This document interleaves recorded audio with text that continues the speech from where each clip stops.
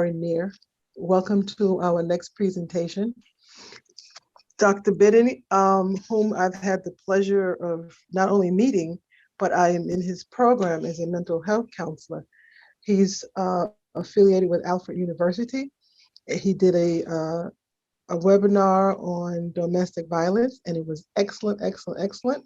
And I have asked him to come and present today. As you can see, his short bio is there for you to look at. He's the Associate Dean of Alfred University. Um, area graduate and postbachelorate certificate programs from Alfred University. He is also a licensed mental health counselor and is naturally certified as a domestic violence instructor through the Department of Homeland Security and the Federal Law Enforcement Training Center. Thanks, Bob. Oh, sorry. Dr. Bidden, if you're ready, you're on. Sure, thank you. Hi, everybody. How you doing? Thanks for coming. I see some friends around. I see some students. I want to say hi to a couple of our instructors too. I see Amma Darkay is here, Professor Darkay. She's been teaching for us for a long time, 15 years, and Patricia Barron is also here, I believe. I saw her, so they decided to tune in to make me nervous. So we'll see what happens. Anyway, so Bob, are you going to share your screen? And I can get started. So hello to everyone, whether I know you or not. Thanks for coming. Am I good to share? Bob, are you going to monitor the chat room?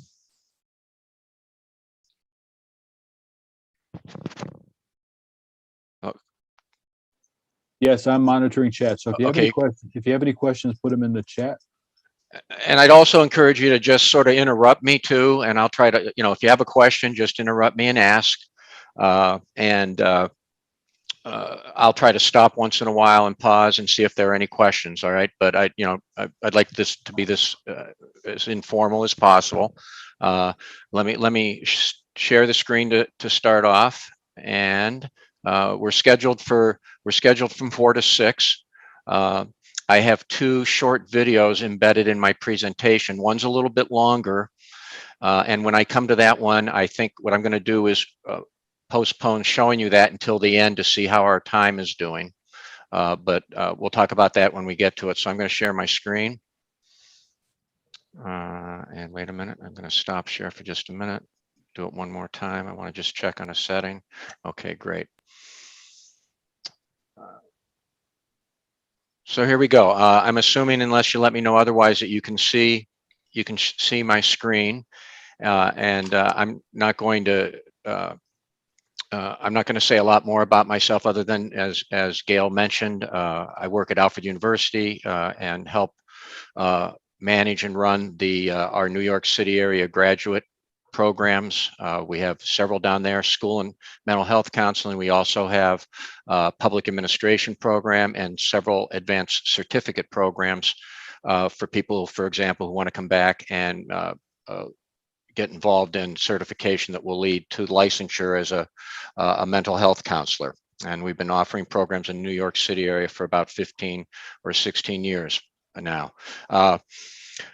I know a lot about the dynamics of domestic violence, which I really prefer to call intimate partner violence, but I won't tell you that I'm an expert in every area.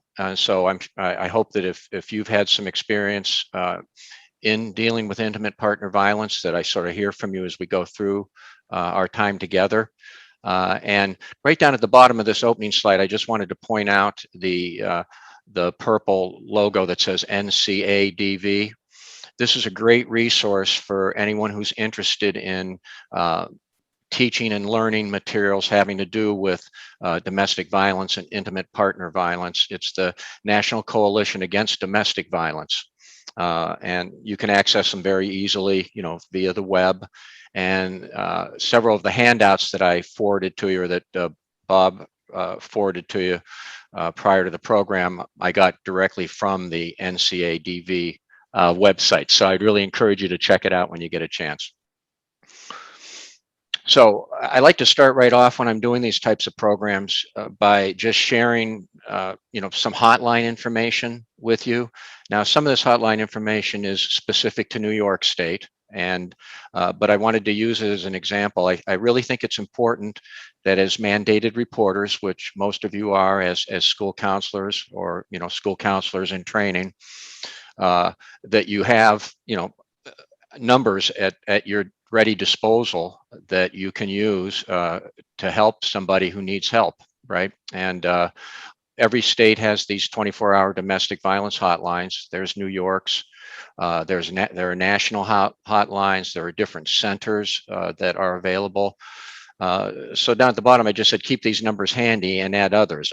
I keep a card in my wallet when I'm in Alfred that has all the hotline numbers from the various counties around Western New York where I live and where I work, because you never know when you're going to have to use those, right? So I think having a good set of phone numbers is a good thing to keep at your disposal. So I encourage you to use these and add your own. This PowerPoint is going to be available to you after the program is over today.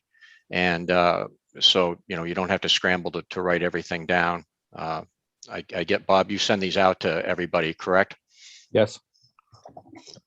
So anyway, it's good to have hotline numbers.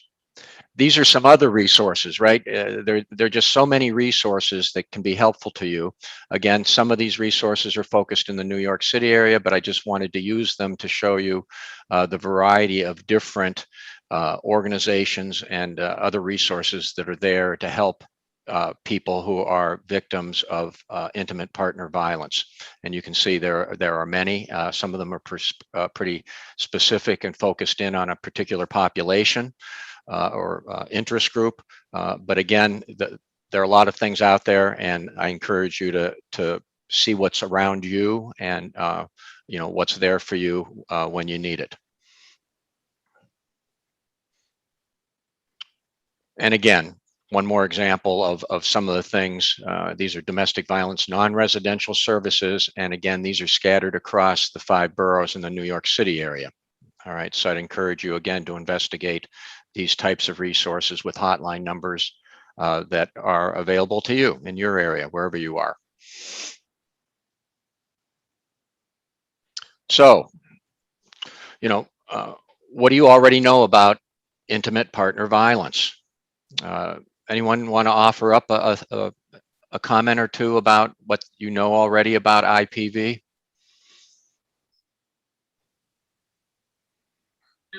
Many may keep it a secret.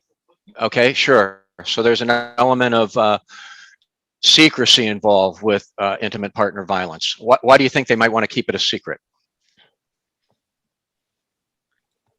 Embarrassment. Sure. They may feel scared. Mm-hmm. Fear. Okay. Embarrassed, scared, fear, of course. Yes, thank you. Yep. What else do you already know about it, or what has been some of your experience with IPV?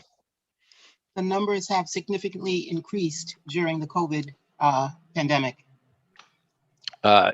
Yes. And, we're getting a lot of anecdotal evidence that during the pandemic, it's gotten even worse because it's been very difficult for some of the victims to get away from the perpetrators, right? Because everyone's had to stay together. In fact, it's been alarming that the number of hotline calls has actually gone down instead of gone up during the pandemic. And instead of thinking that that's a good thing, in fact, it probably indicates just the opposite, that there have been more instances of domestic violence during the pandemic. I think you gave me that answer. What else do you know about that?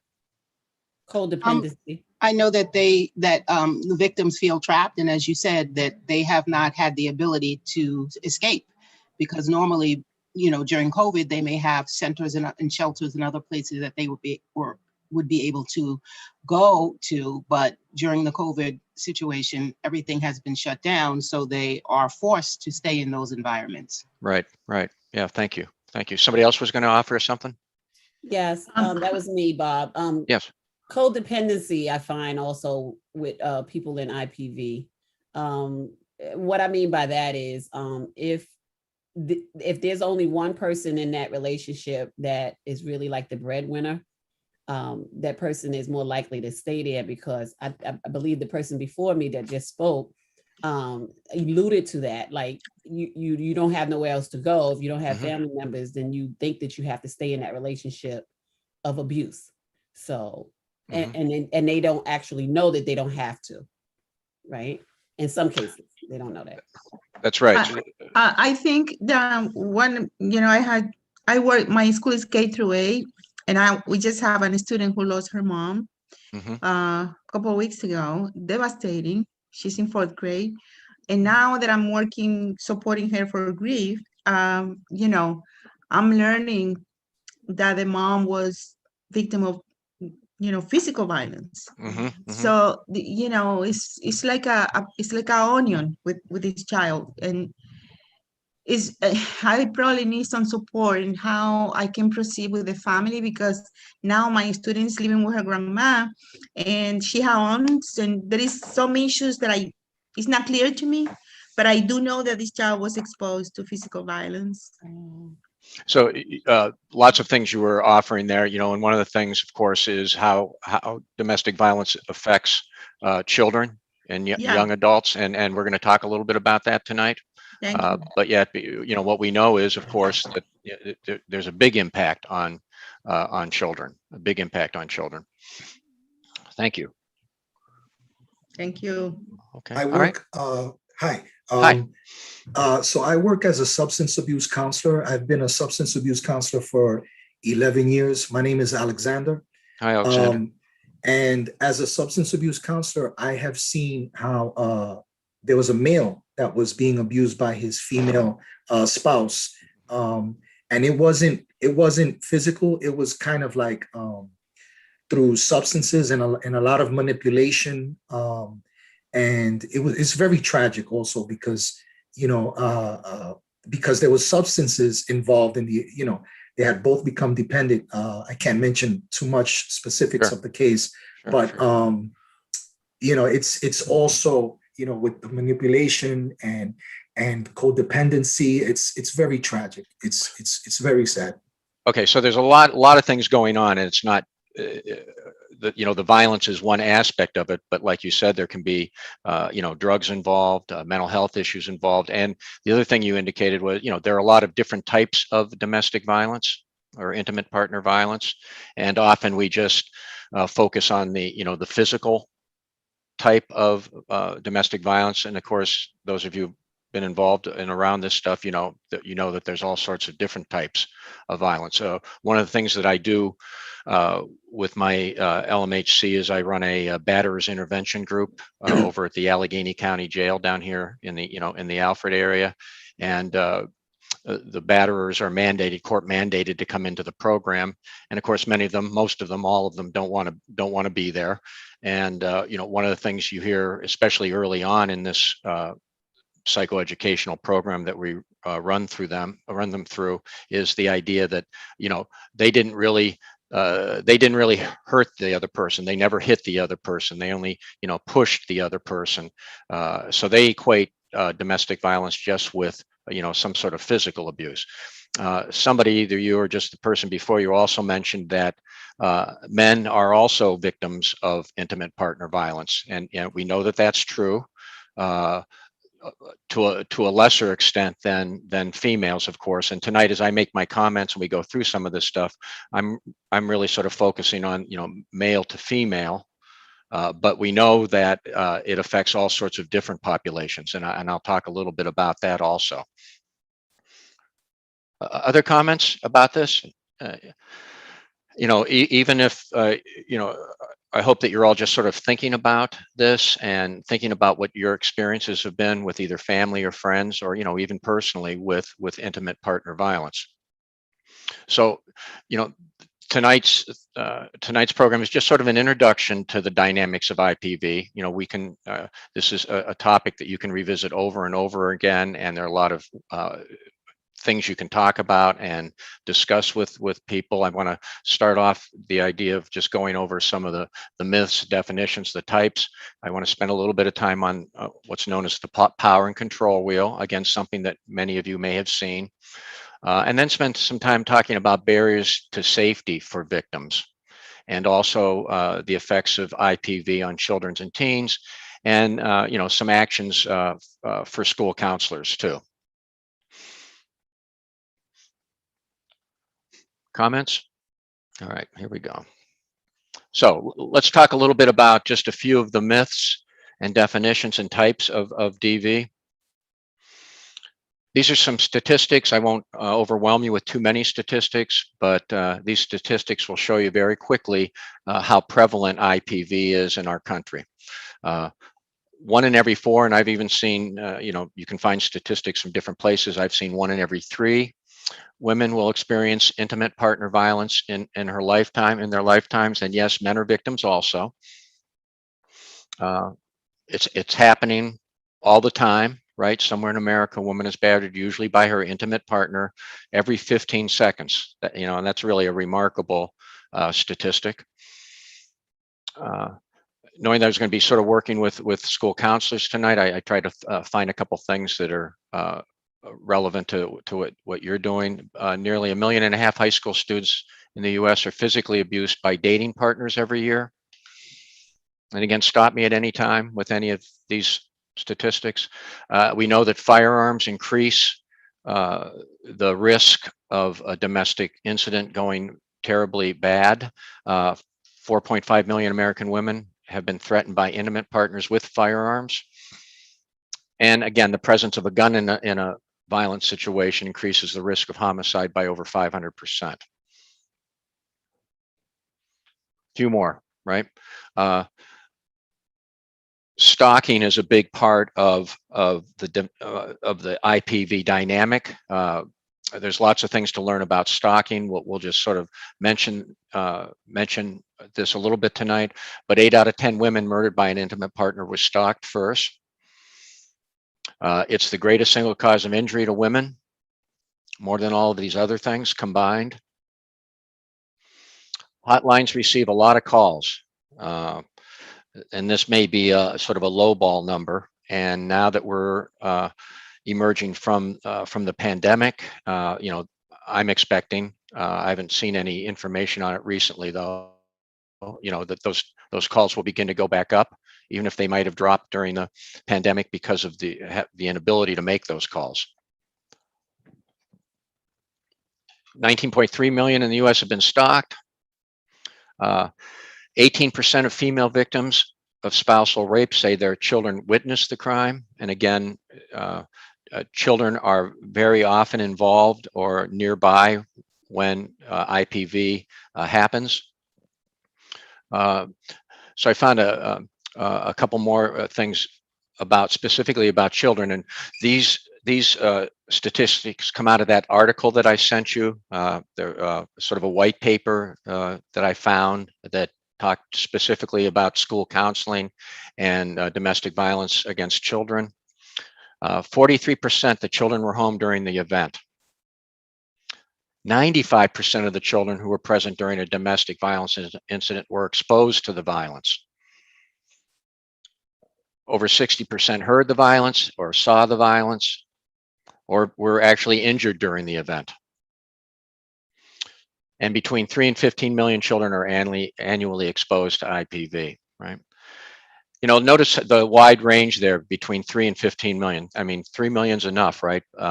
And that's because for as many incidents of domestic violence that are reported and rise to the level of being noticed or reportable to law enforcement officials, of course, one of the things we know is there are many, many incidences that never trip any kind of a legal or law enforcement flag.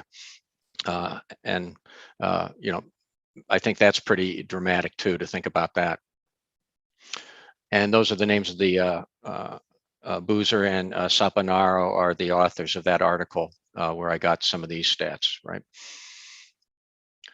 So a couple things, right? Batterers, these are some of the myths. I thought I would start just by a few of these. batterers are mentally ill and can't help themselves. What do we know about that? Well, we know that, it's a learned behavior and in fact can be changed over time. All the time? No. Some of the times, yes. All right. The program that I'm involved in uses sort of a cognitive behavioral approach. And, what we try to do is reframe, get these guys to reframe some of their learned behavior. It can change over time. We also know that IPV tends to be generational. And some of the batterers, a lot of the batterers that we work with, were themselves victims when they were small, and they've grown up to become batterers now. What about this one? Batterers need anger management. That's a myth. Anyone comment on why that's a myth?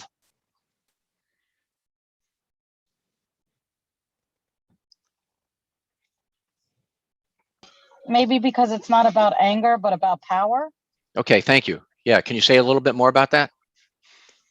Because it's a sign of who's in charge, and not like anger. Anger could bring it out more, but it's more about like, I'm in control and you're gonna, listen to me. Yes, thank you. Yes. I think may I say that Sure. I'm so happy that I'm taking this training. It's perfect.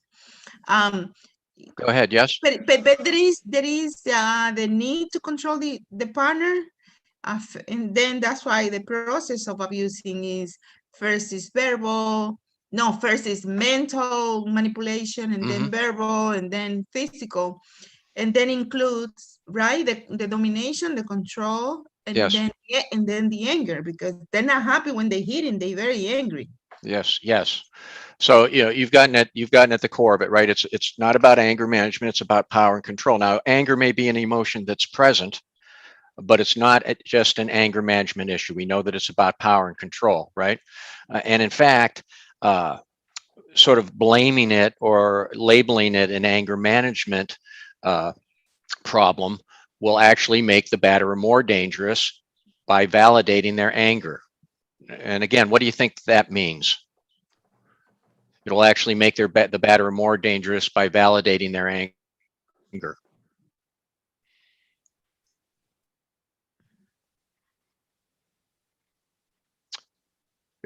It gives them an excuse. It gives them something to hide behind. I need anger management. That's what the problem is. It's because I can't handle my anger that I'm doing this. So it really allows them to hide behind that, as opposed to getting at the core of the dynamic, which is power and control. I hope that makes sense, right? It can actually make it worse. I talked a little bit about this already, right? Somebody mentioned the idea of substance abuse addiction. It can certainly be involved in what's going on with the IPV, but again, it's more of an issue with power and control. It can be exacerbated by substance abuse. Domestic violence is a private family member, or private family matter. No, it's everyone's business. It harms children, costs to society, and perpetuates abuse through learned patterns of behavior.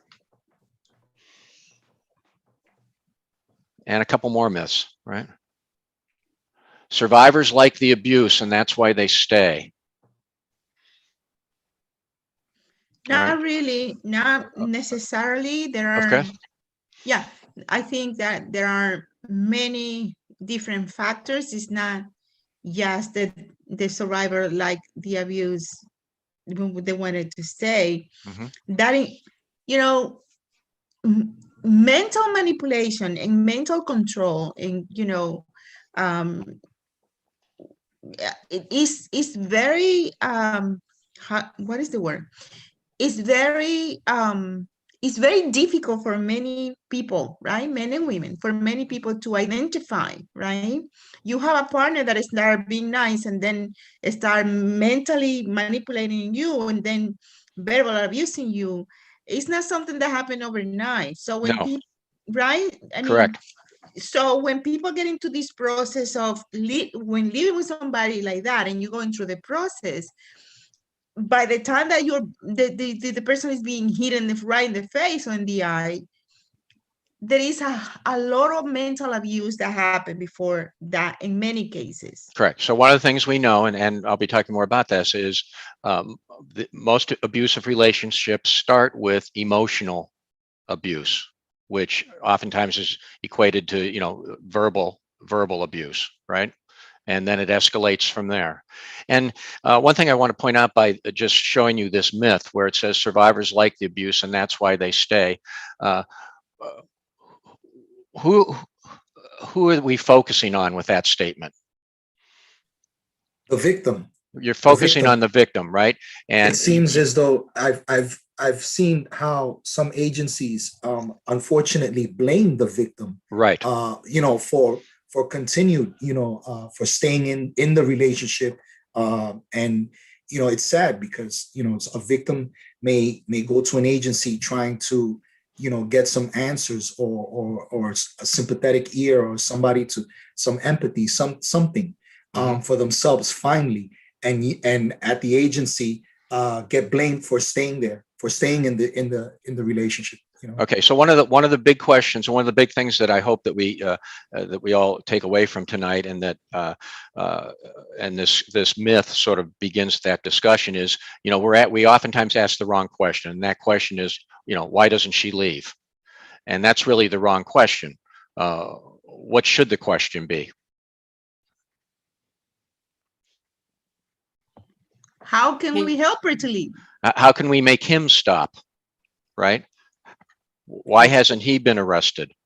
Or can we find you somewhere that's safe? Right. Okay. So the conversation often goes to people who look at the situation and say, well, geez, why doesn't the victim just leave? First, that's the wrong question. And second, what we know is that there are many obstacles in leaving. All right.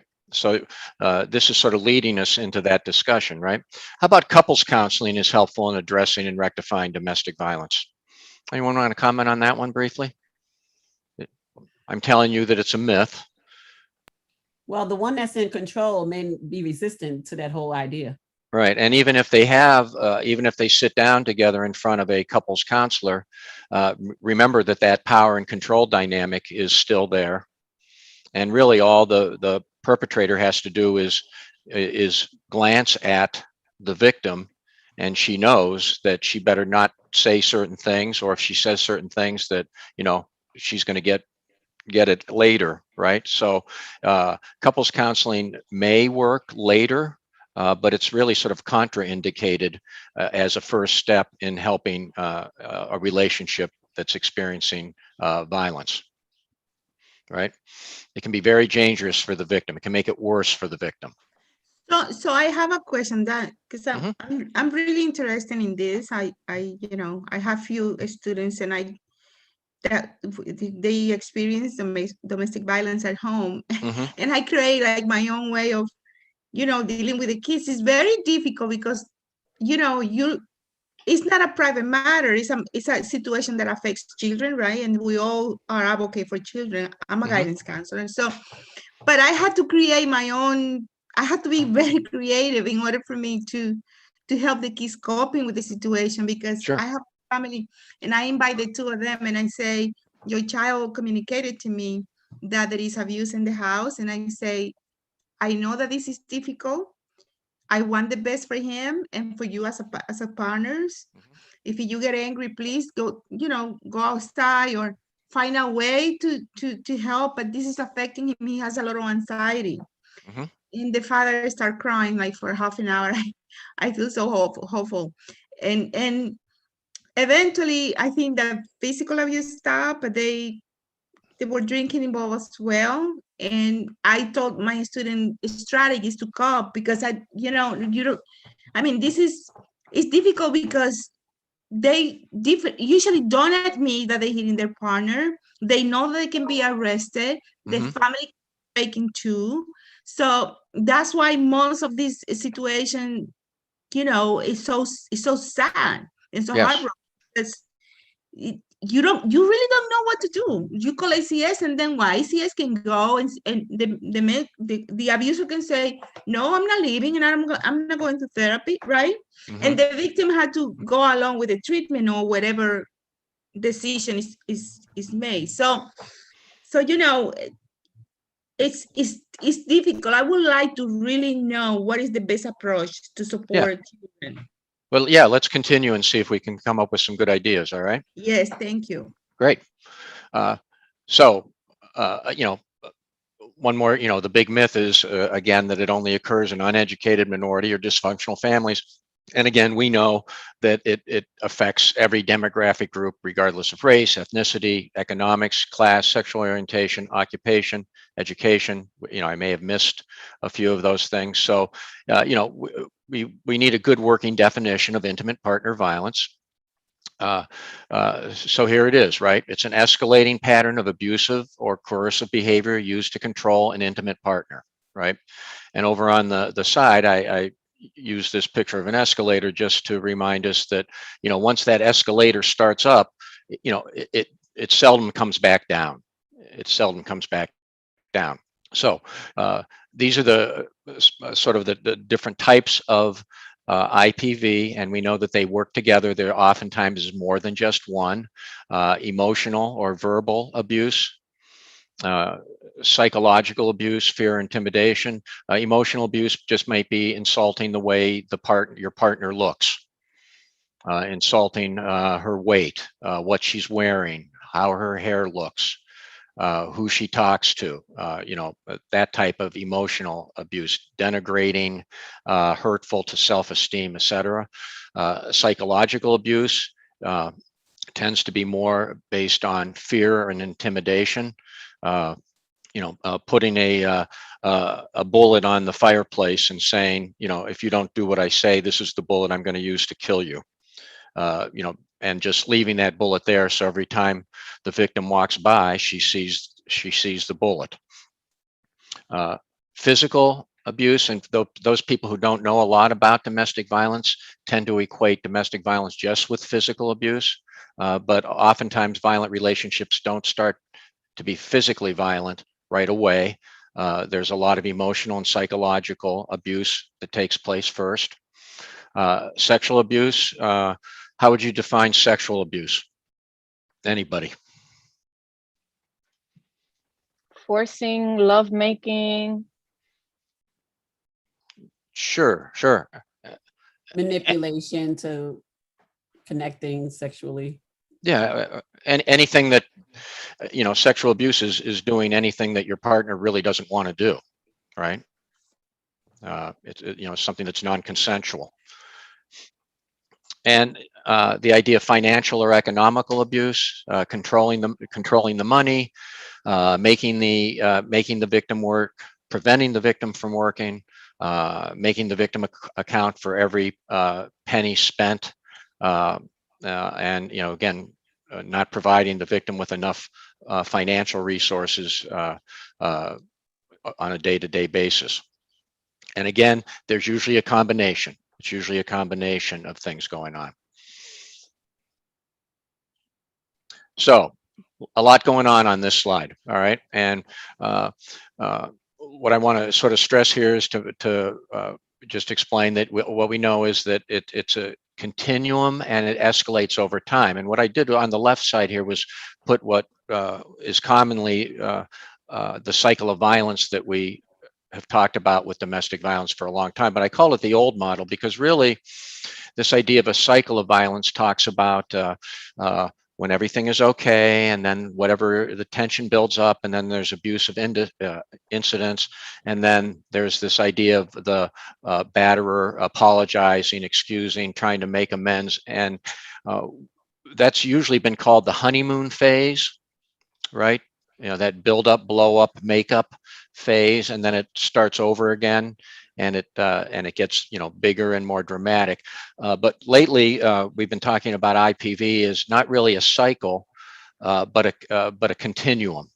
All right, and that idea of a honeymoon phase has sort of fallen out of popular discussion because honeymoon phase really sounds sort of nice, doesn't it? well, at least there's a honeymoon phase on a regular basis. But really what that honeymoon phase is, instead of calling it a honeymoon phase, it's the idea of manipulative kindness. So even during the times when the batterer is, quote unquote, being nice to the victim, that continues the continuum of manipulation. All right. So I really like talking about it now as a sort of a continuum, not a cycle.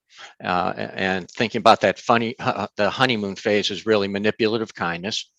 And then a term that I found not too long ago, it's been around for a little while, is the idea of DARVO. And that's the idea of denying, attacking, and reversing the role of victim and offender. Anyone think I know what I mean by that, or why I want to talk about DARVO for a minute? I think, are you speaking of both of the partners being abusers at some point? Well, yes, but I'm sort of focusing on the batterer here. This is a technique that batterers use. Like gaslighting? Yes, it's like gaslighting. So tell me a little bit about gaslighting. Gaslighting is when you kind of turn the tables and make the abuse that you're doing to them their fault, like they deserve it. Yes. I think gaslighting is not when the abuse is taking place and then the abuser say, no, I'm not doing that. Isn't it that?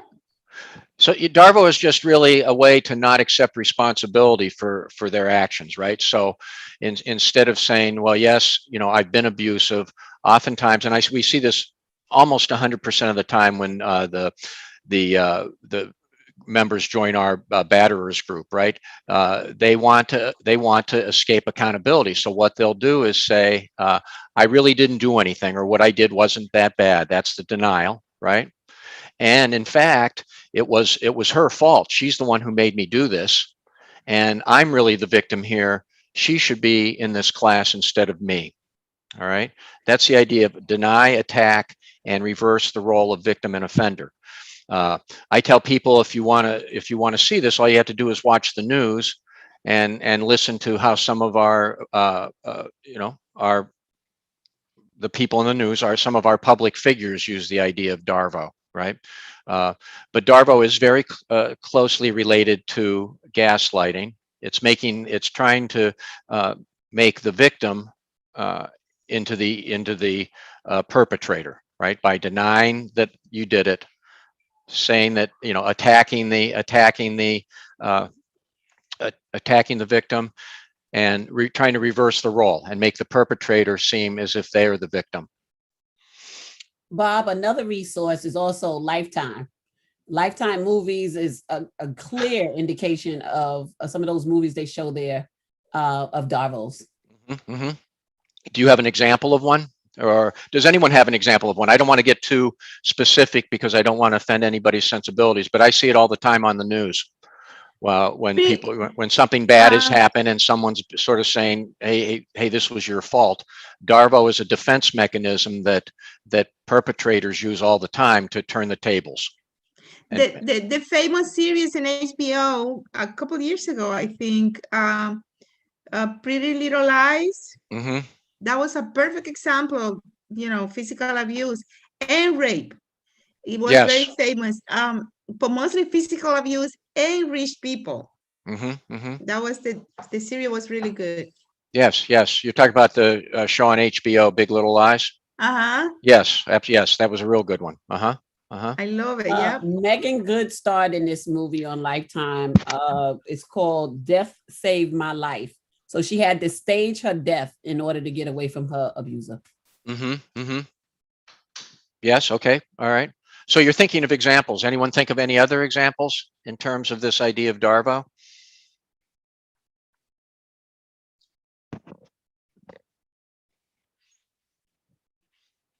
Okay. So it's really the idea of, again, part of the manipulative process that is the continuum of domestic violence. So it really looks more like this, the idea of intimate partner violence. And this is sort of the continuum that you can look at, right? These are different types of abusive actions: physical, verbal, emotional, and sexual. And you notice how they escalate in terms of the severity of the action.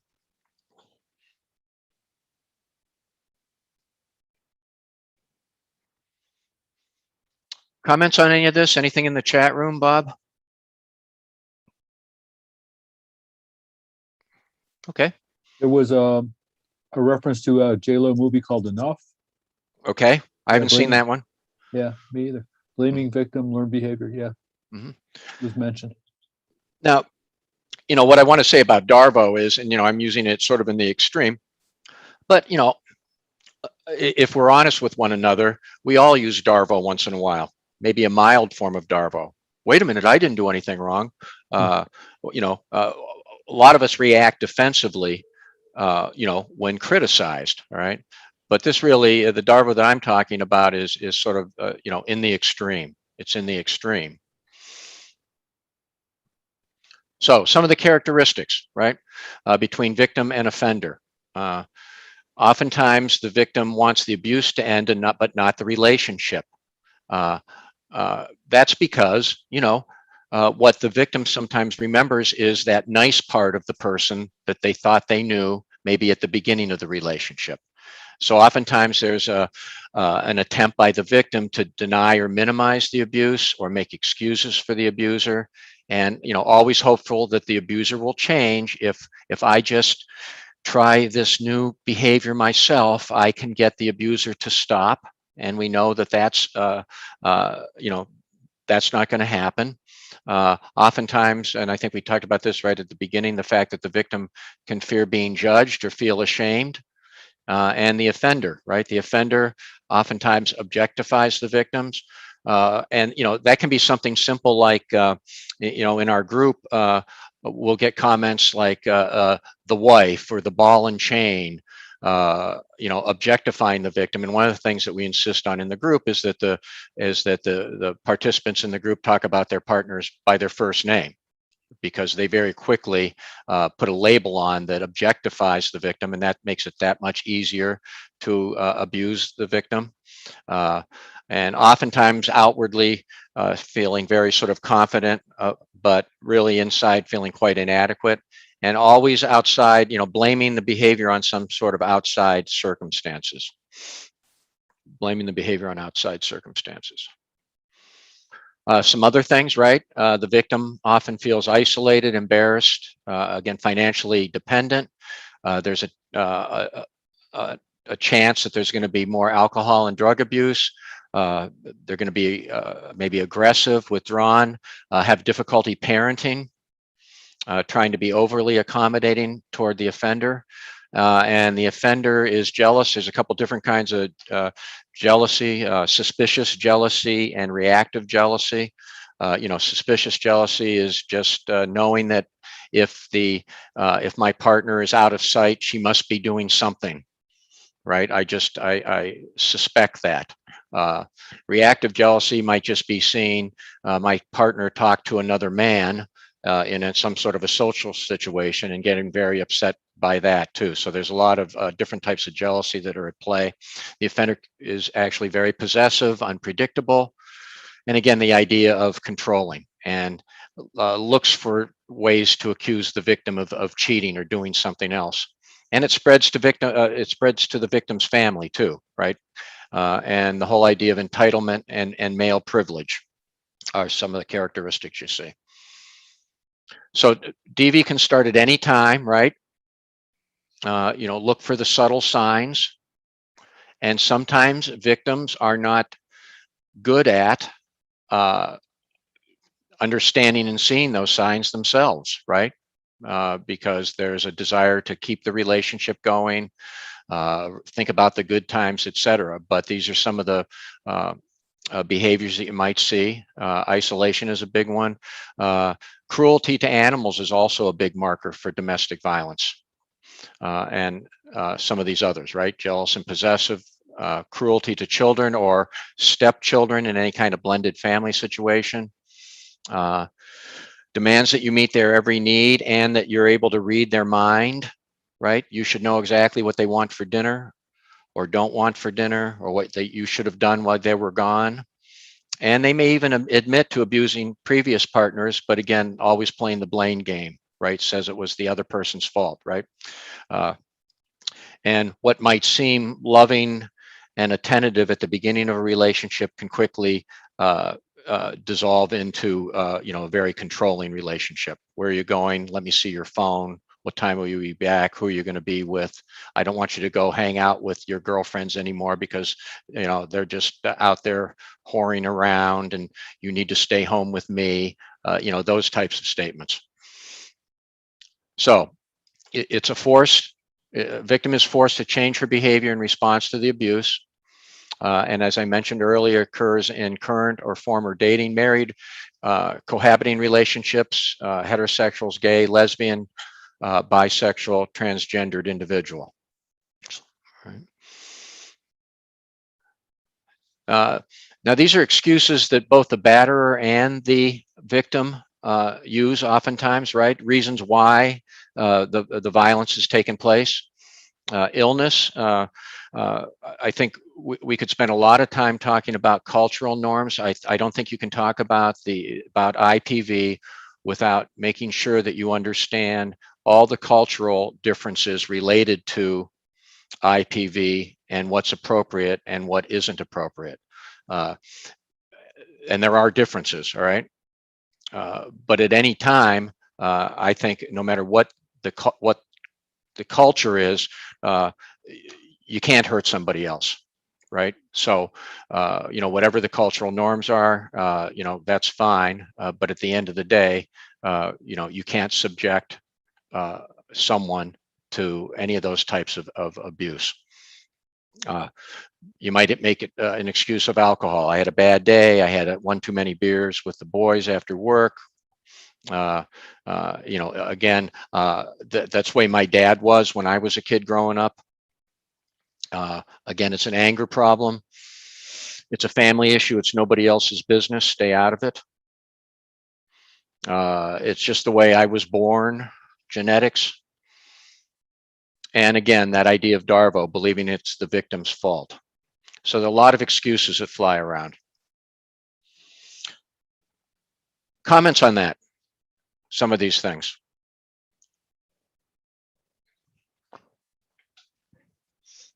Okay.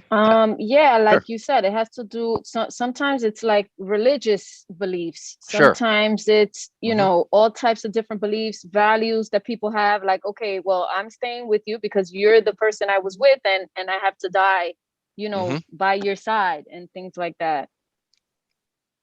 Absolutely, and that would be part of the cult. I guess I would say that that's part of the cultural norms. Or in our family, we never take it outside. You go and see Aunt Betty if there's any family problems. She's the one who works that out. But you never take it outside the family, right? So that makes it very difficult for us as helping professionals to reach some of the victims. I can understand why illness is there, because some people might blame it on a bipolar incident. I'm bipolar. It's not my fault, and something like that. It's an excuse. Well, and in that case, obviously, that the person needs more more mental health services than often we can provide just as counselors, right? If there's really a serious mental health issue, that needs to be attended to also, in terms of any kind of violence that might be taking place. Yeah, so good, thank you. Seeing a question in the chat that says, is there research to support that there is a higher rate of IPV in people who lived in a household where it took place? My answer to that, without being able to put a statistic on it, is that yes, absolutely. One of the things we know about IPV is that it's generational, and it's really hard to break the cycle. All right. Maybe you've even said to yourself at some point, when I grow up and I'm a mom, I'm never going to do this, or when I grow up and when I'm a dad, I'm never going to do anything like that. All right. But what we realize is that, yes, it is very generational. And that's one of the things that makes it very hard to break through that continuum and to interrupt that continuum of violence. Yes.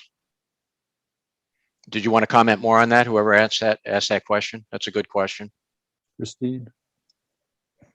Okay. So this is the power and control wheel. I'm assuming that some of you have seen the power and control wheel before. But this is really, one of the handouts that I sent you for the workshop has the power and control wheel in more detail, so you can look at it. But this is just a way to understand that dynamic that's taking place and some of the behaviors that you see that allow me to maintain power and control over you. Okay, so it's it's the idea of abusive behaviors and tactics on a continuum, not a one-time event. Multiple forms are used, and perpetrators get very good at doing that, right? And what we know is they're not a specific type of victim. So this is the power and control wheel. Those of you who are interested in this, there's power and control wheels for all sorts of different groups of people that you might be thinking about. So batterers seek to gain and maintain power and control over their intimate partners by the use of actual and assumed power, right? The wheel helps summarize some of those things, the idea that we've been talking about, the idea of minimizing, denying, etc. And it provides some snapshot information of some of the coercive techniques that batterers use, including sexual violence, emotional abuse, intimidations, threats, threatening with children. If you leave me, I'll take the children and you never see them again. If you try to leave me, I'm going to kill myself and kill you. If you leave me, I'm going to kill the children. The children are often used as pawns in that power and control dynamic.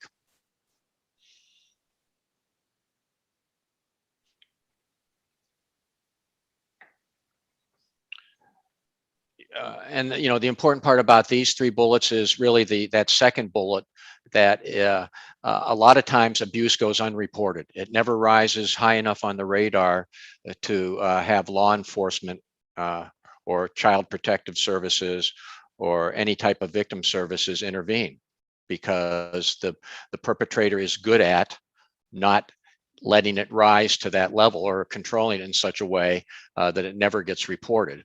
So I really think that probably no more than 1 in 10 instances of intimate partner violence really get reported and have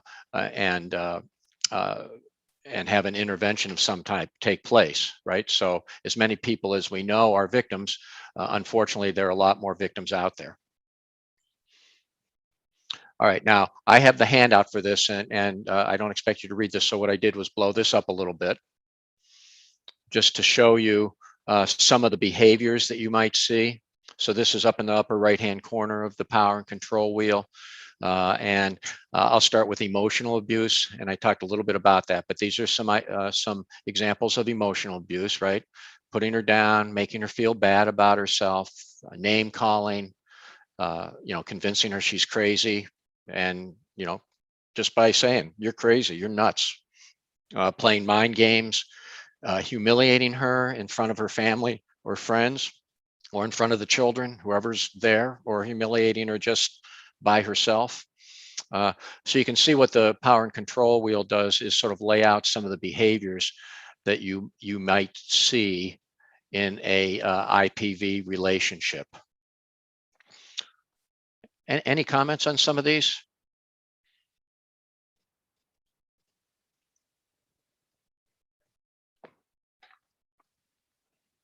Bob, I just want to talk a little bit about, IPV Sure. and the variables that go with it. Who's this talking?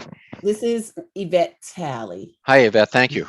Hi, yeah, go Bob. ahead, please. So another thing, and I don't know if I heard this. I might have missed it in your presentation thus far, but another commonality I think in an abusive relationship is lying, right? So the abuser will hit you once and he'll promise you that he'll never do it again.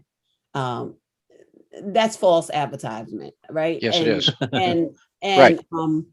it's not to be accepted, right? It's not to be tolerated, because one of the things I realized, I'm a woman of a certain age and I had two daughters myself.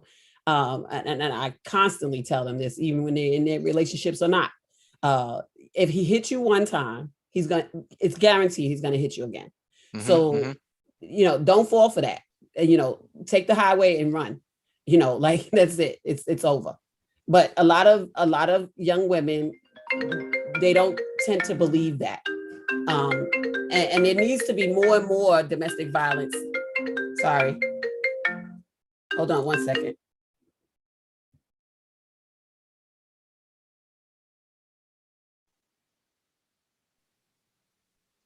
Hello?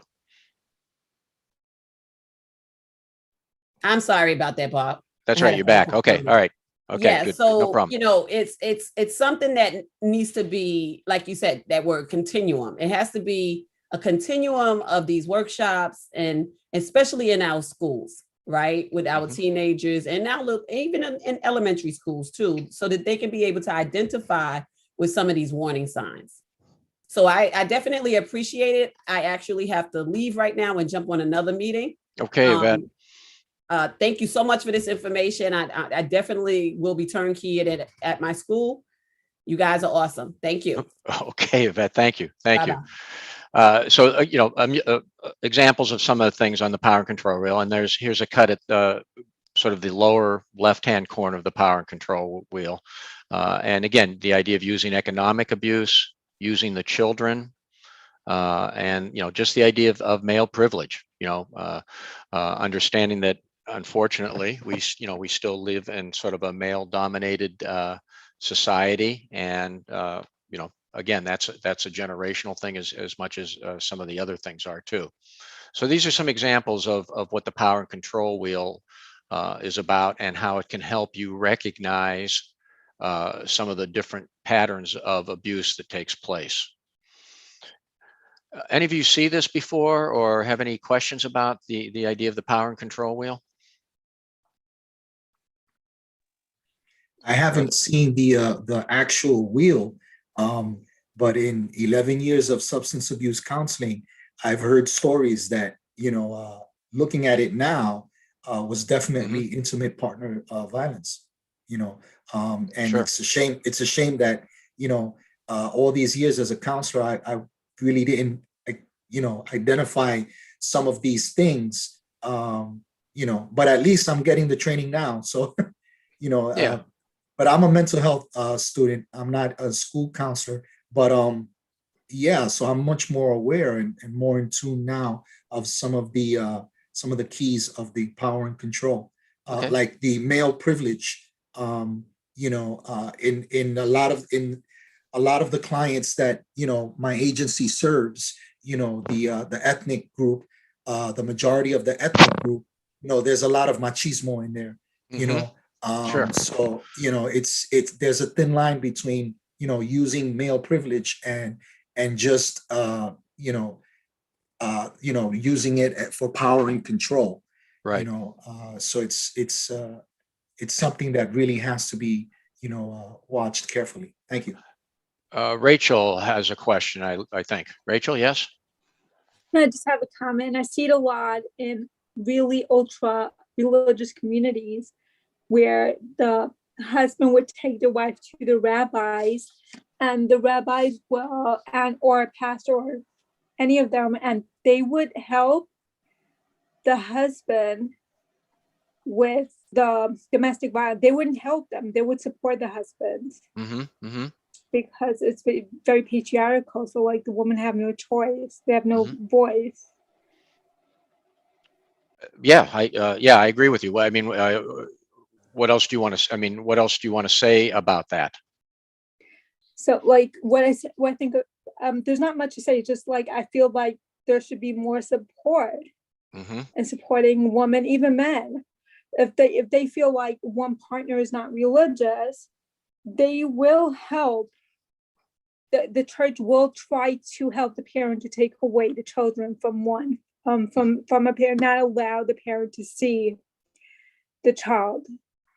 There's a And lot that's of manipulation and gaslighting and making up stories and spreading lies. There are times that I've heard that basically a part of this program that I've known a lot of women who lost their job, their apartment, their child, everything. Okay. And and that's a big challenge, right? Because that's a very strong cultural norm that you're trying to address. And how do you provide support for that woman in that particular situation that you're describing? Right. So there's a need that in the outside community, outside, like someone just mentioned unorthodox. Actually, I knew the woman from unorthodox. I grew up in a very Hasidic community. So basically, yes, the kid there needs to be more support outside the community that should help the woman or the man in order for them to have custody, equal custody with the children. Absolutely. And so the question to ask is, where do you see that support? Is there an opportunity to do something that would provide more support along the lines of the things that you're talking about? I think education, actually letting, like, family court should be aware of the situation. There should be more, how do you call it, spreading the how do you call it, the knowledge and letting people know about what's really going on in these communities. Because I know for a fact, like the family court in Brooklyn, they take the churches or the religious institutions side. They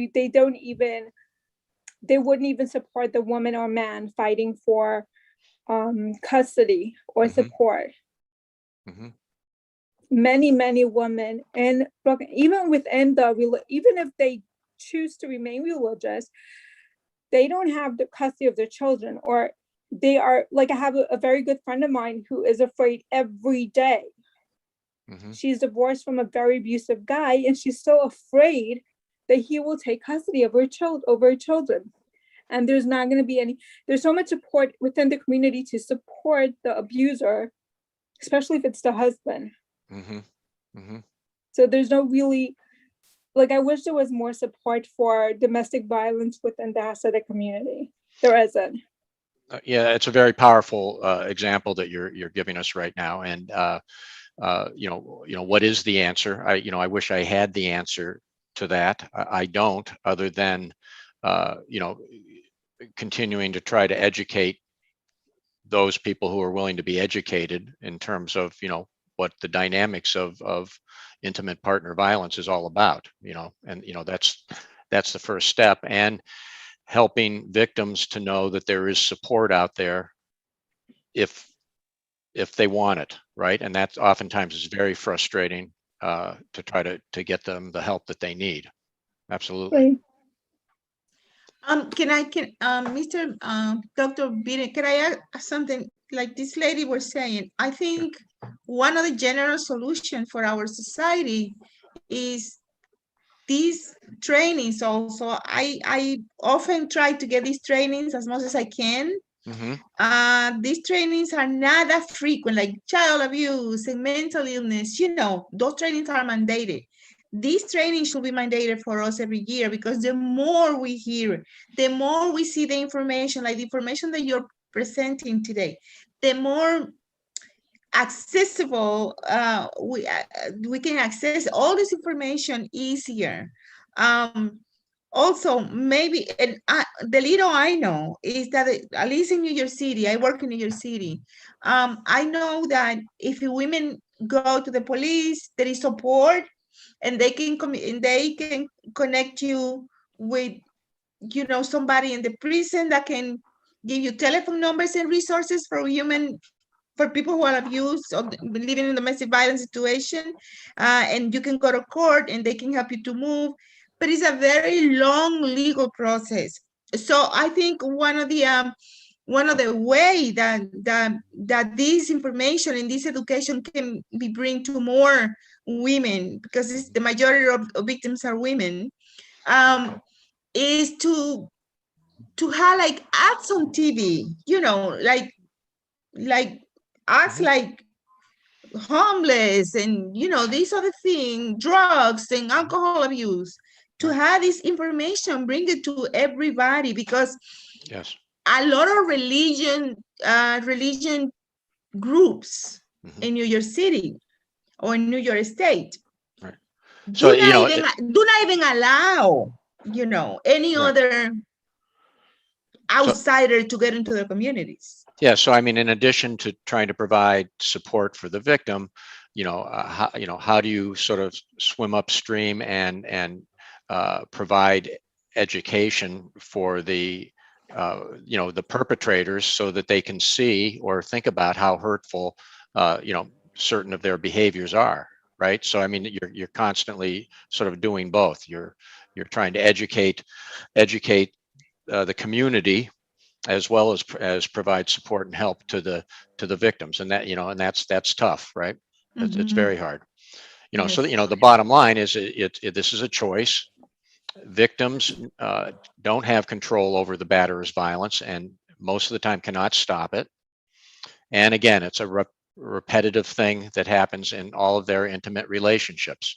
I'll listen to and again, that gets at that generational thing I was talking a little bit about earlier, but many victims and the perpetrators move from one abusive relationship to another. They've really never experienced a non-abusive relationship. And it starts in their family of origin. We do a lot of work with these guys in their family of origin and what was going on then. So I'm going to skip this video and come back to it, all right? And I will make sure that you know about this. But it's about a 25 minute video, so I'm going to come back to it because this gives some very powerful examples of the different types of things going on with the power and control wheel and the different types of domestic violence. So I'd like to just move on and talk a little bit more about the idea of barriers to safety, and highlighted there in the middle, that question that we talked about, the idea of, why doesn't she just leave? And pointing out to you that, that's the wrong question. And, what is the right question then? What is the right question? I think we talked about it a little bit already. How can we help the abuser stop? Sure. Yes. Other ideas there? Help them or make them stop, right? Keeping the victim safe. Keeping the victim safe, yes. How do you keep the victim safe? How can we reach to the victim? By safety planning. Safety planning, yep. Okay, good. So, here's the right question, right? Why did he do that to her? Why didn't he get arrested? How can we make him stop? All right. What we do know is that leaving the relationship is the most dangerous time for the victim. Most victims try to leave their batterers, their abusers, multiple times before they ultimately leave or decide they can't leave, right? And why is it that leaving the relationship, walking out the door, why is that the most dangerous time for the victim? Losing the power and control. Right. All of a sudden she's gone. She's walked out the door. That's the most dangerous time. That's oftentimes when law enforcement is called. It's a very dangerous time for both the victim, law enforcement, the children, at that moment when the power and control continuum is interrupted, right? So it's not as easy as you think. There are a lot of invisible barriers, all right? And some of them are visible. So one of the other handouts I gave you, and I got a lot of them up here, but I wanted to make them large enough that you could see them. Again, 50 reasons why women don't leave or can't leave their abusive partners, right? And you can see that there are many, many reasons why it's difficult for a female victim to leave.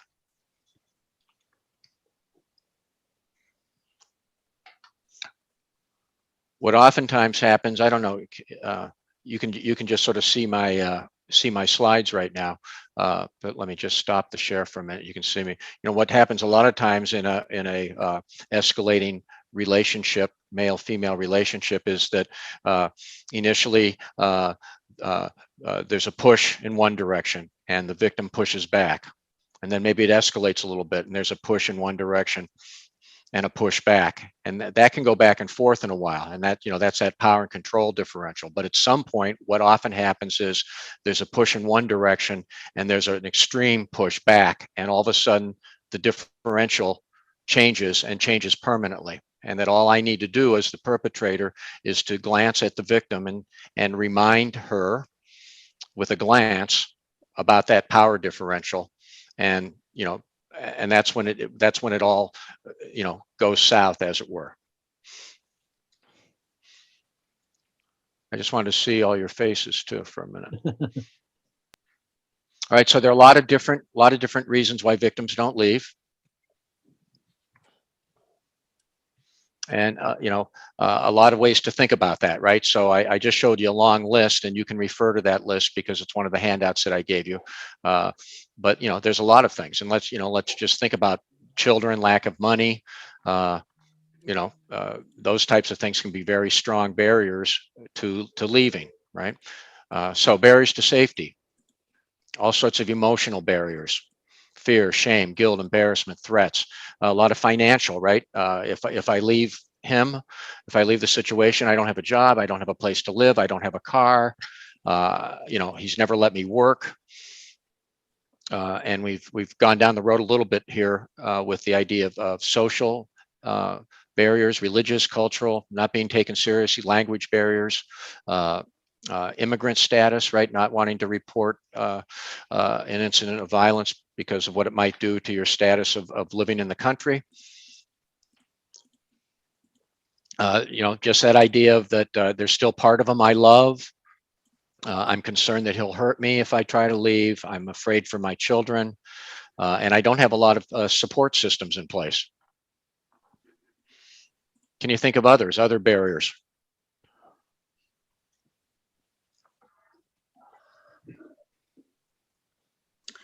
Immigration status, oh yes, it's right there. Immigration status. Mm-hmm.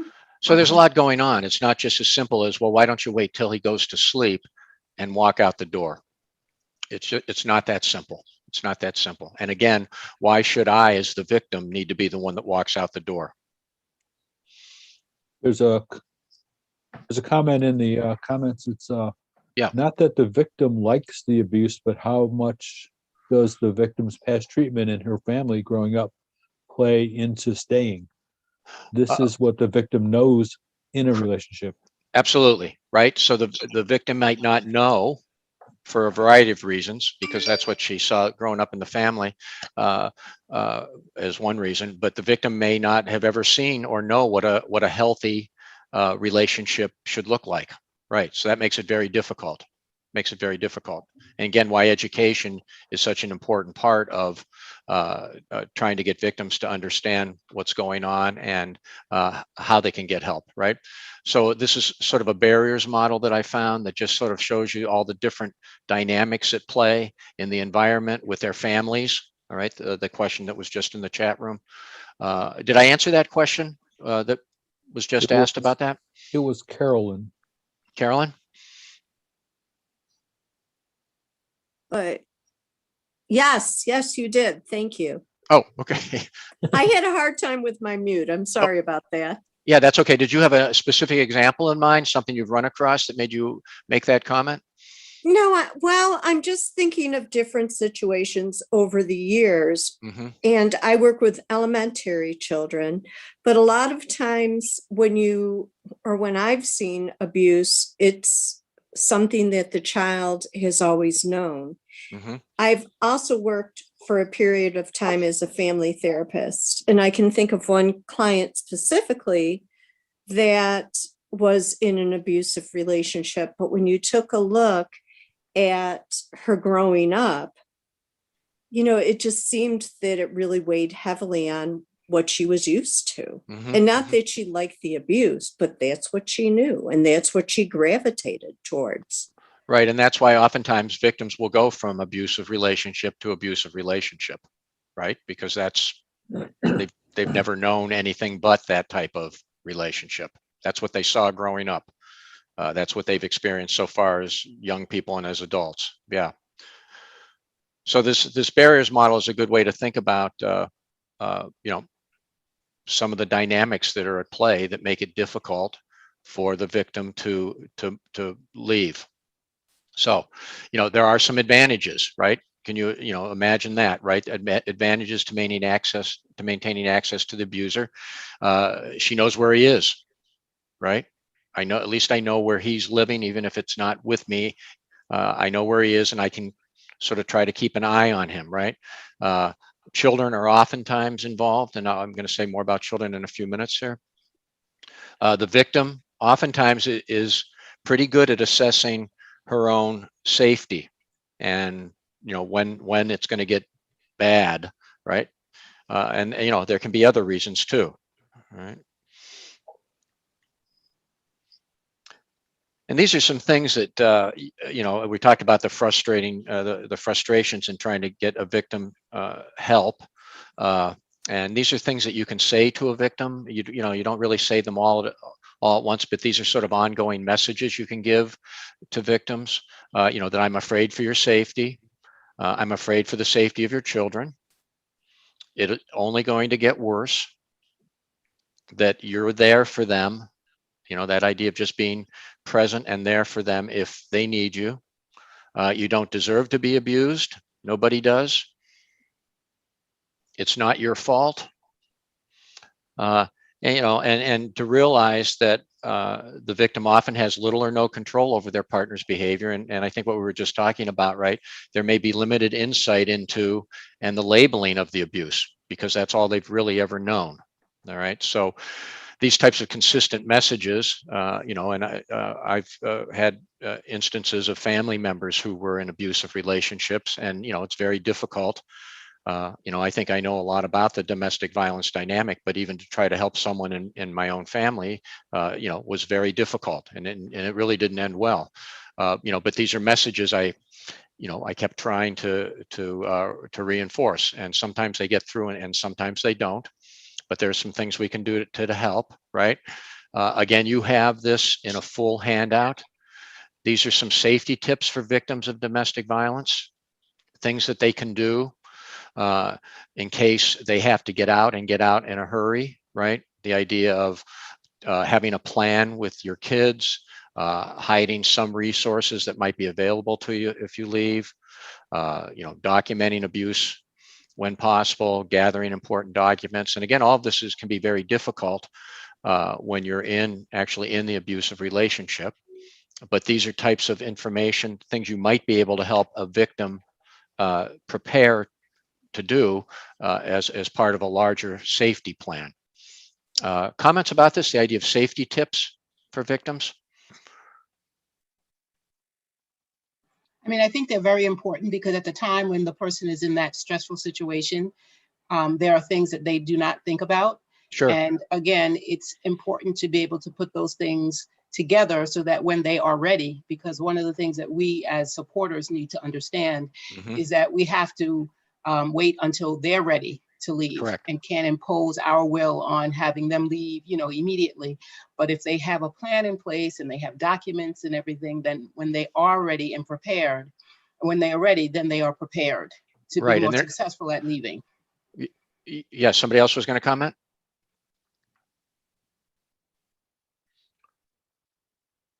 Well, yes, and this helps to create a support network of a type, knowing that they're not isolated, that there are things that they can do that would help them to end the relationship.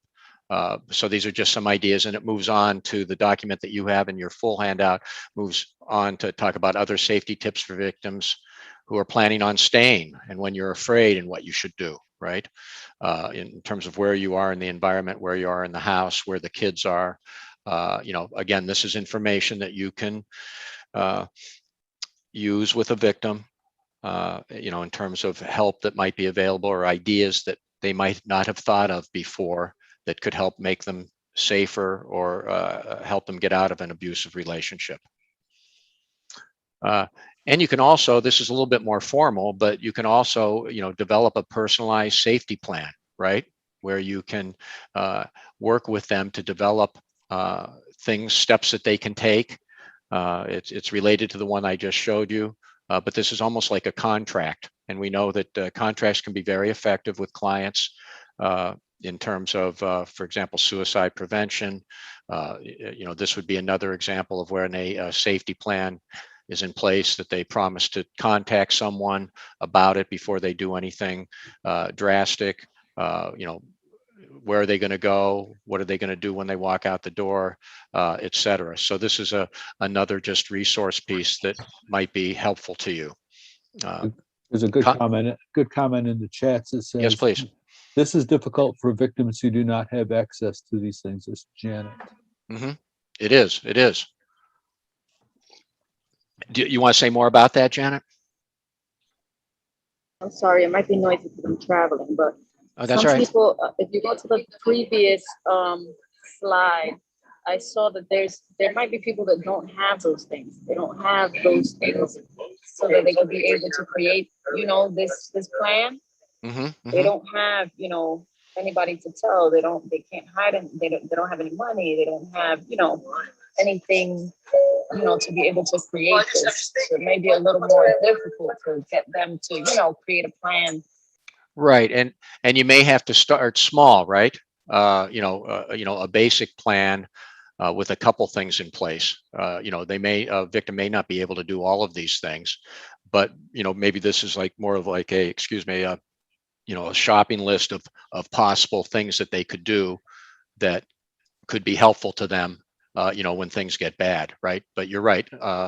For a lot of victims, some of these things can be very difficult, especially if the perpetrator in this case controls all the finances, right? How do you get money if the perpetrator doesn't give you any money, right?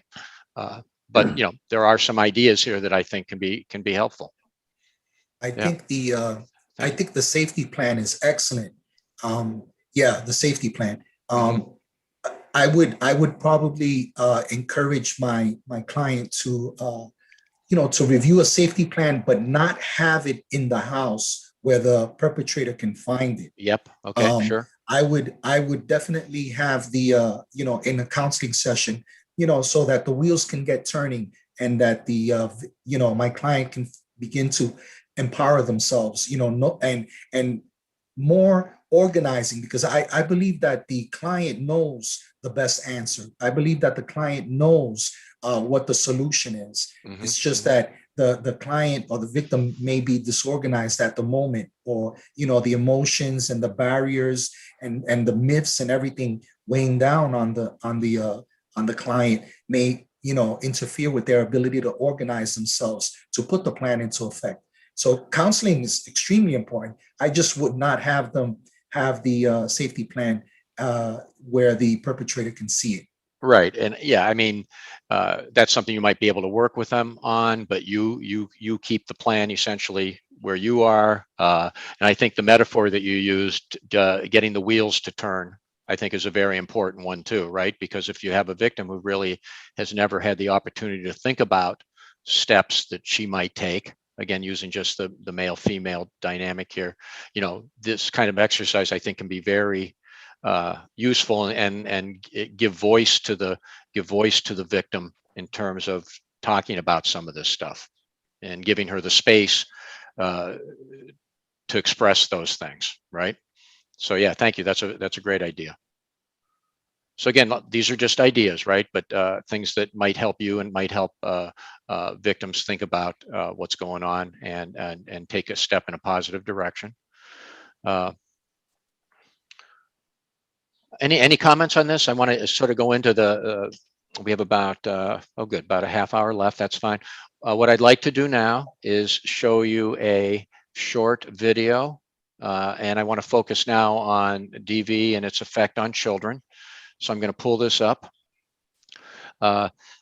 This is from a few years back, but it's a really good documentary. Those of you maybe who are my age, you remember Hugh Downs, a news person on ABC. And this is from one of the 2020 episodes. And this is called The Children Are Watching. It's about 8 minutes long. So I'm going to play this and then we'll talk about it a little bit. All right, here we go. Night in jail, Hold on. she can fall asleep without fear, knowing All right. Bob, can you confirm that you're seeing my screen and hearing everything? Yes. Okay, here we go.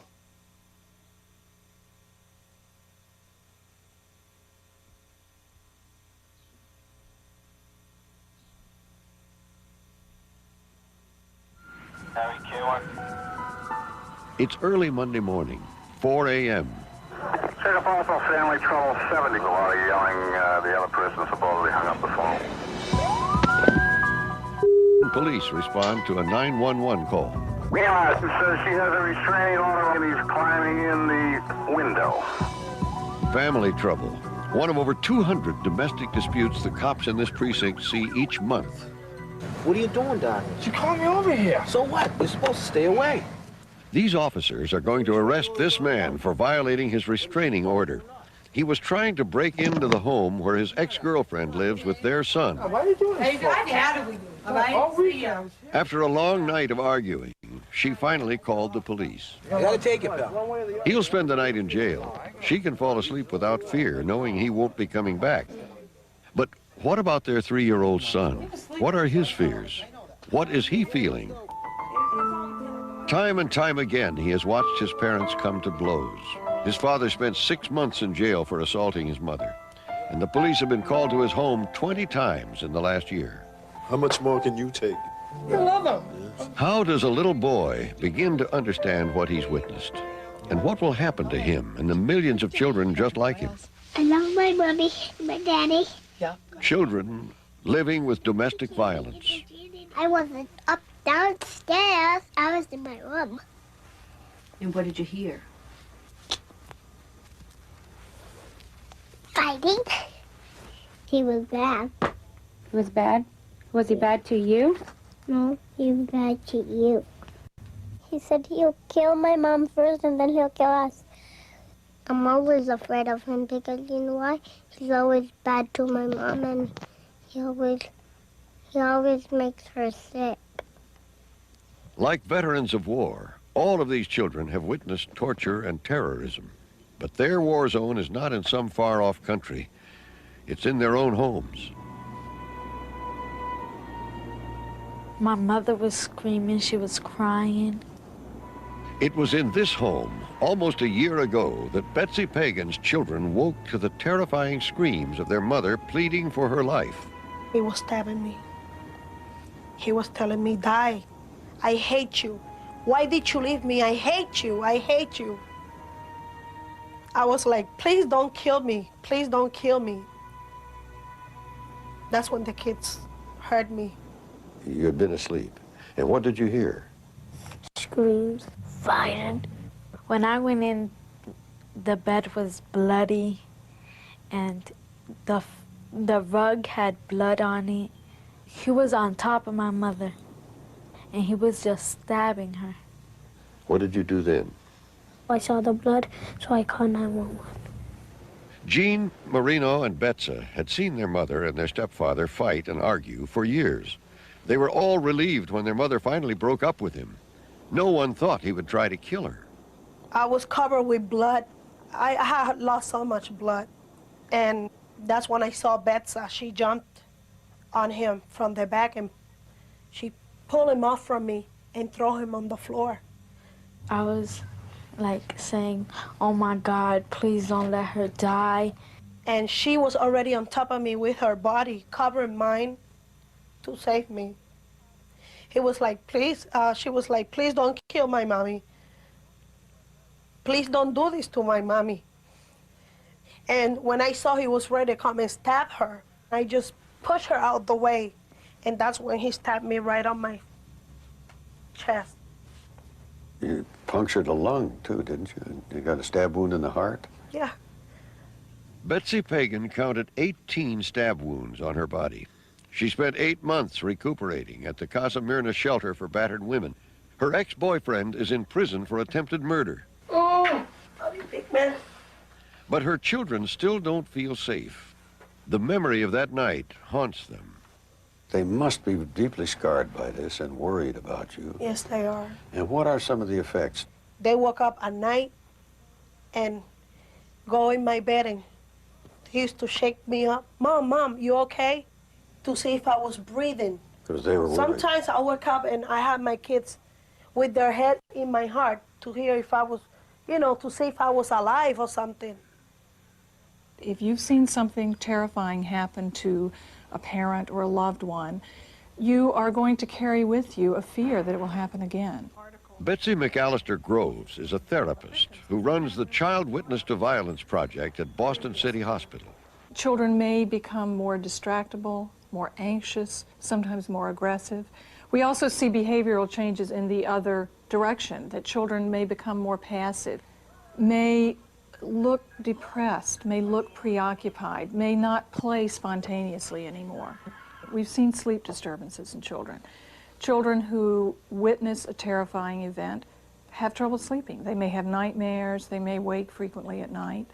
Experts agree that all of these symptoms are associated with post-traumatic stress syndrome. That's a psychiatric disorder more commonly used to diagnose soldiers in combat. And just like veterans of war, witnessing domestic violence evokes terror, anxiety, and flashbacks in these children. I know it's a tough thing to think about, but do you think you'll ever be able to forget about it? No. Do you think it'll always be with you? Sometimes when I'm doing nothing, just like laying down or just sitting down watching TV or something like that, it just pops in my mind. I see like his face, and like I see him like stabbing my mother and me jumping on him, pushing him.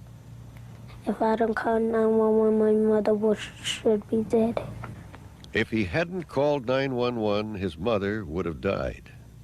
Those thoughts still terrorize 9-year-old Jean.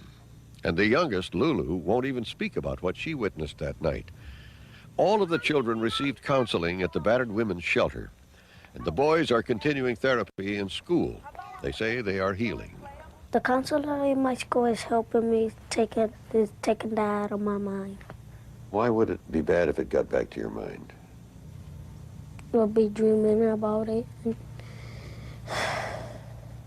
The fear of dreams turning into nightmares makes bedtime really difficult for children who've been exposed to domestic violence. 2-year-old Genesis screams like this every night. She and her 4 siblings all witnessed their father's violent behavior for years. He's in jail now for going after their mother with a machete. I'm gonna kick somebody's butt. But it is 5-year-old Pedro's aggressive behavior that worries his mother the most. He's been kicked out of one school, has been involved in street fights, and seriously injured a child with a brick. He is currently being treated at the Child Witness to Violence Project. Children who are too young or too afraid to talk about their fears are encouraged to use play and art therapy to express themselves in order to heal. I want to be a good daddy. 4-year-old Navneet drew this picture of a monster for his counselors. He says the monster is his father, and Navneet is afraid he'll kill the family with the knife he's holding. He says it reminds him of the loud and bumpy sounds he heard one night. I thought that was a monster, and that was a monster noise, I thought. But that wasn't, that was my dad. He has wild monster noises. He has a bad attitude at people. Navneet's 8-year-old sister Jasmine drew this. Her counselor says her thoughts are red because they symbolize violence. But the knife has a window in it, showing a way out. I'm afraid that he might find us someday and kill us. After 11 years in a violent marriage, Bhupinder Kaur fled with her 3 children. They are now in hiding. But the judge is forcing the children to have supervised visits with their father once a week at a neutral location. I think my father is not very nice. He's abusive. I don't want to see him. And what I think is like, why does he have to be that way? Why can't he be like everyone else? Until you read the girls' Christmas lists, you really can't understand the loss of innocence for these children. Jasmine's top 3 wishes are to never see her father again, never in her lifetime. And the request that most little girls make, like a plea for more Barbie dolls, is listed far below. Sumit talks about how she used to feel lying in bed at night, listening to her parents fighting. Like, I'd feel like in my throat, I'd feel sick. Then I'd feel like my heart's in my mouth. Like I'm eating it, and then I'll die. That's what I used to think. It's hard to hear the stories from children. It's hard to know that our youngest children live sometimes with such danger and such chaos. Happy birthday to you. Happy birthday. Betsa Pagan just celebrated her 13th birthday. Make a wish. Good one. Betsa told us that she feels good because she knows she's safe now, but she also feels bad because of what she had to go through. Things like that just don't go away so easily, she says. I love you. And later that night, her brother Marino proved that to be true. Marino, what's going on, baby? When his dreams once again woke him. Hey, remember? Remember what I always say to you? Hmm? No? We are safe here. Nothing is gonna happen to us. Okay? It's over. It's over. All right? Okay, honey?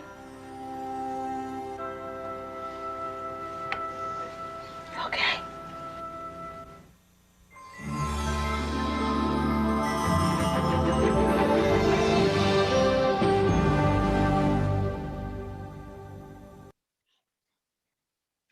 Thank you. Can you guys still see my screen okay? Hold on, wait a minute.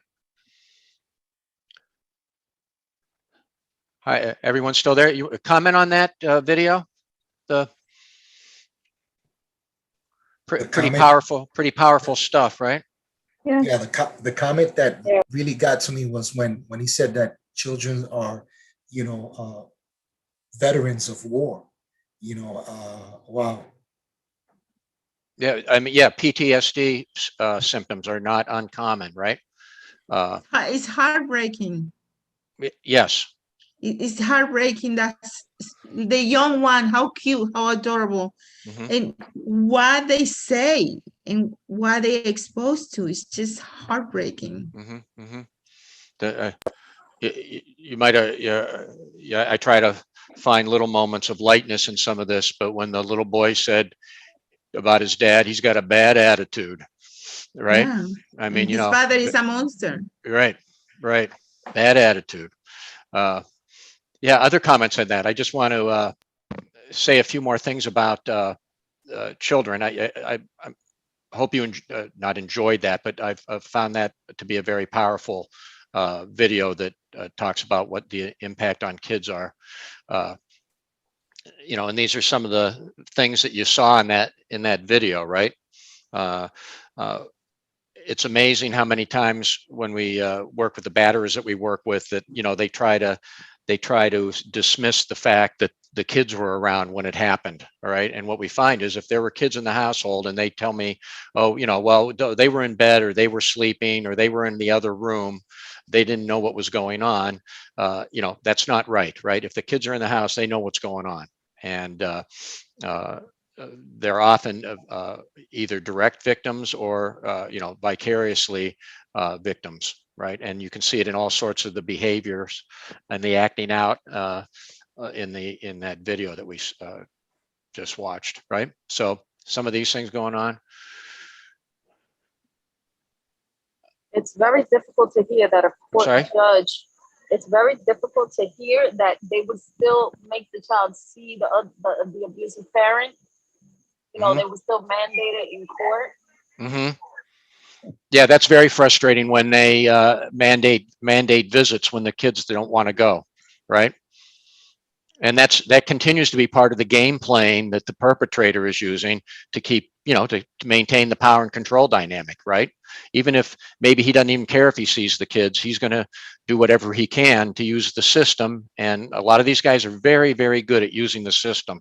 That's one thing I've learned over the past 10 years of doing this group is they know more about about law enforcement and the judicial system than you might imagine, right? They know how to play the games and to keep that, to always keep that power and control dynamic in place as long as they can, right? And these are the types of effects that you see, right? All sorts of negative impacts on young people, young children, right? Again,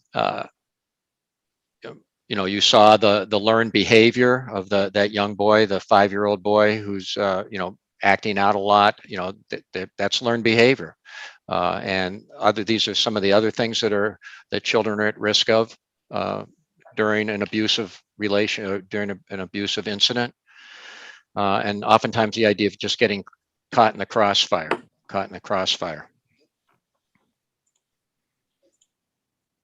And some things that you see, risk factors with young kids, right?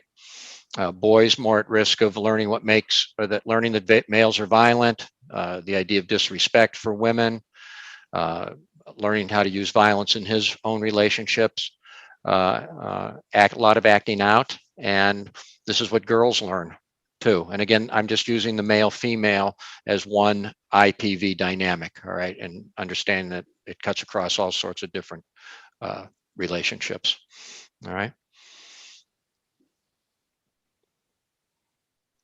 Comments on any of these? So we know that it has profound impacts on kids. Whoops, sorry. And again, some of the kids talked about this in the video that we just saw. Nightmares, being reminded of the event, and again, feeling alone, empty, sad, anxious, etc. I know that many of you might work with teens, so I wanted to pull in a slide or two about teen dating violence. There's a lot of good information about teen dating violence, and some of you may have encountered that in your jobs.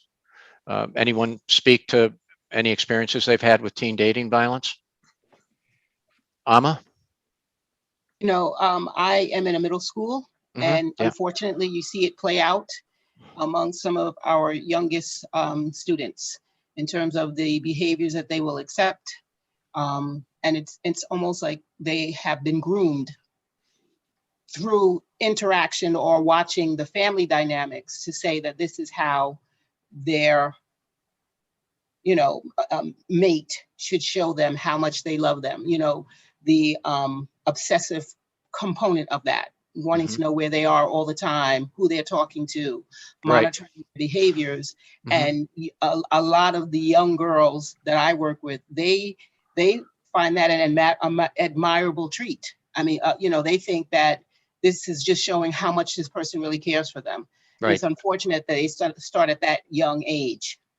How do you offer support for those types of feelings that they have, or their perceptions that they have, that's a loving and caring thing, as opposed to the beginning of an abusive cycle?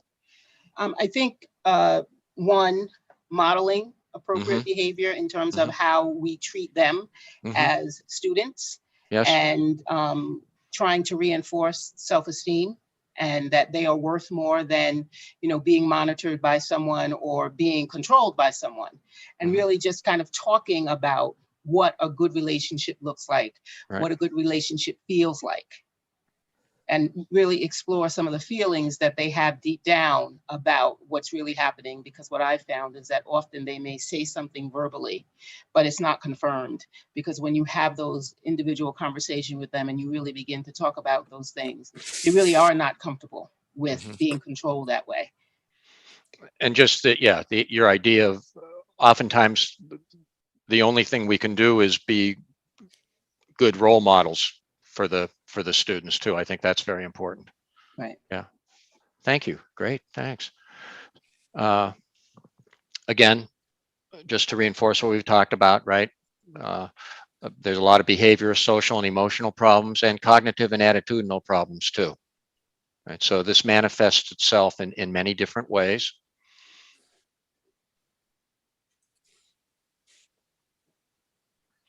And it can last forever, right? Long-term problems, higher levels of adult depression and trauma symptoms, increased tolerance for and use of violence in adult relationships. And again, some of you may know the Ask a National model better than me. I know several of you do who are here tonight. But, there are systems, models in place to help counselors and teachers and others in terms of intervening and helping with large group prevention efforts targeting all children, targeting students who have been exposed to IPV but who exhibit only mild levels of behavior or emotional problems. And then the idea of direct intervention with any student who is severely impacted by IPV, oftentimes needing an outside referral. Patricia, if you're still there, can you comment a little bit on the national model from your perspective? And I'm not, maybe somebody else in the group knows something more about that. About the national model and how it relates to intimate partner Yes. violence? Yes. I think one of the most important things is that as school counselors, we're knowledgeable and we can, see the signs of the way intimate partner violence affects children, and to provide resources for those, for many of our students, as everyone knows, school is the only safe place for them. And what we're seeing right now in our buildings is the fallout from some of the things that have gone on in children's homes during the pandemic. And, that where, like Emma said, we are surrogate parents. We're the only ones who model safe behavior, where students feel safe enough to come to us and tell us what's going on in their homes. And part of it, like we've been talking about, for the whole hour, is many of these families are just trapped in place. They are so dependent on the systems that are in place that they will just suffer in silence with abuse because they have nowhere to go. They'll be homeless, they'll be deported, they'll be, there's just so much working against them. And, we need to have resources. We need to be knowledgeable. We need to be advocates. We need to have support. We had an incident in school this week where we called CPS 3 times and they wouldn't take the report. There wasn't enough information. So every day we were sending kids home to dangerous situations, because we didn't have enough information. We were just going on the children's word, and they kept saying we need more information. And finally, I think we were able to call the police, and I don't even really know what's going to happen for these kids, so right. Homes and to kind of save them from the abuse, but I'm 99% sure they're going to be right back in the same situation. So a lot of it, I think, just breaking down the ASCA model is safety, recognition, managing how information gets disseminated, among the staff in the school about keeping children safe. And, you can see just here, the idea of safety first, right? And then worried about structure and treatment. But, the first thing is trying to make sure that the kids are safe. And that's you're just talking about how frustrating that can be, even when you think for sure that they need the help, they need the support, and getting that support is still very difficult, right? And we still need to educate them too, right? Right. So on top of that, first we have to make sure that they're safe and they're fed and they're, and then maybe they can get, a little bit of education. But we've lost a whole year, and I'm not really sure how we're going to come back from any of that. Yeah, yes. Yeah, this has been an extraordinary time, and any gains that we might have made, we're going to have to go back and try to remake the gains, right? again, I just wanted to sort of end reminding you about the hotline, and I appreciate your comments, everybody. Come back to in person for just a minute. Patricia, you mentioned, you used 3 words, the idea of, us being able to be knowledgeable about the domestic violence IPV dynamic, the idea of just trying to continue to be advocates for children and victims, and the idea of providing support just through our positions and who we are as working professionals is at least a step in the right direction. The more people that have the more the knowledge about the dynamics, I think the better off we're going to be. And I wish there were an easy solution other than to keep working at it, keep helping children one at a time, victims one at a time, the best way possible. And that a lot of that starts just with having good information about the dynamic and helping them to think through some possible things that they might be able to do. Thanks, everybody. That's sort of what I have. Do you have any questions? We sort of hit it right on the end. My 2 favorite faculty members helped pull me to the finish line with their comments. So Amma and Patricia, I thank you very much for stepping in there and letting me pick on you and helping me out there at the end. It's just such a pervasive societal issue that the more people that know about it and are trying to be helpful, the better. And Patricia, you made a very good point. I think we got a little road back here after the pandemic. Anything that we thought we're making progress on, all of a sudden, we got to start from square one again. So, I appreciate all your comments. Any other things going on in the chat room, Bob? No, nothing new. Just a lot of thank yous, and there's been a lot of questions about whether we're going to share the PowerPoint and so on. Oh, yeah. You get an Okay, go ahead. Go ahead. Talk about it. I'm going to go back and show you where that link is as we finish. So hang on just for a minute. Okay. But go ahead, Bob. Finish what you were saying about the link to everything. So tomorrow, or the next day, you'll get an email that has a link to the PowerPoint, has a link to the video, has a link to the chats that people were chatting back and forth with other links and things on it. And for those of you who are attending tonight, you'll get a certificate of attendance. So all that'll happen in the next day or 2. Okay, wait a second. Let me just show. I want to. Oh, here Dr. it is. Biden? Yes. This is Dr. Reed Barnett. Hi. The PD of NISCA, the New York State School Counselors Association. I want to thank you immensely for the work that you are doing, and thank you for sharing your worthy information of domestic violence to our counselors from far and near. You're welcome. And let me just wait. Okay, I'm about to pull up this slide. Oh, yeah. Okay, so this is the video. And if you go to YouTube and you just type in, and like Bob said, you'll get all this information. You can do it.